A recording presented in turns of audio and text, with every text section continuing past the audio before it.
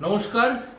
যাদের আপনাদের শনি সাড়ে সাতি চলছে, শনি ধাইয়া চলছে, দশা চলছে, অথবা ব্যবসার জন্য সাতমুখী রুদ্রাক্ষ আপনারা ধারণ করেছেন, ধারণ করার আগে দু তিনটি জিনিস আমি আপনাদের বলবো এই রুদ্রাক্ষ সম্পর্কে।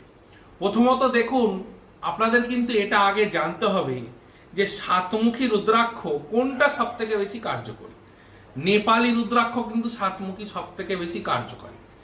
এখন রুদ্রাক্ষ কিন্তু বহু জায়গায় চাষ হচ্ছে, সেই চাষের রুদ্রাক্ষ দানাগুলো এরকম বড় বড় দানা, পরিস্ফুটিত, দেখতে দারুণ লাগে, কিন্তু সেই রুদ্রাক্ষের কিন্তু খুব একটা ফল রেজাল্ট কিন্তু পাওয়া যায় না।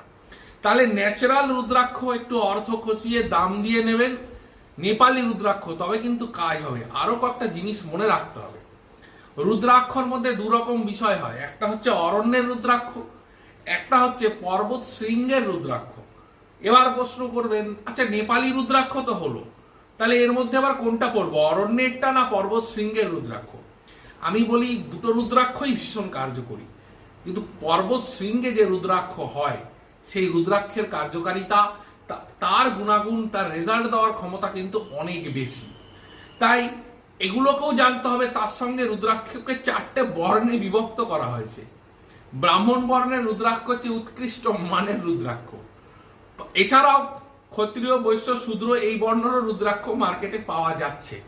তাই রুদ্রাক্ষ যখন কিনছেন, এটা রুদ্রাক্ষ বলে রুদ্রাক্ষ নিয়ে গলায় ধারণ করে নিচ্ছি, তাহলে কিন্তু হবে না। রুদ্রাক্ষ ধারণের আরো একটি বিধি হচ্ছে, একত্রে তিনটি রুদ্রাক্ষ ধারণ করতে হবে। যদি কেউ একটা একমুখী ধারণ করে, তার সাথে আরো দুটো পাঁচমুখী দিয়ে ধারণ করুন। তিনমুখী রুদ্রাক্ষ ধারণ করছেন, তাহলে একত্রে তিনটি রুদ্রাক্ষ নিন, অথবা একটি তিনমুখীর সাথে আরো দুটো পঞ্চমুখী রুদ্রাক্ষ ধারণ করুন। এভাবে রুদ্রাক্ষ ধারণ করুন, এই জিনিসগুলো মেনে ধারণ করুন, দেখুন তার কার্যকারিতা অনেক গুণ বেশি পাবেন। নমস্কার।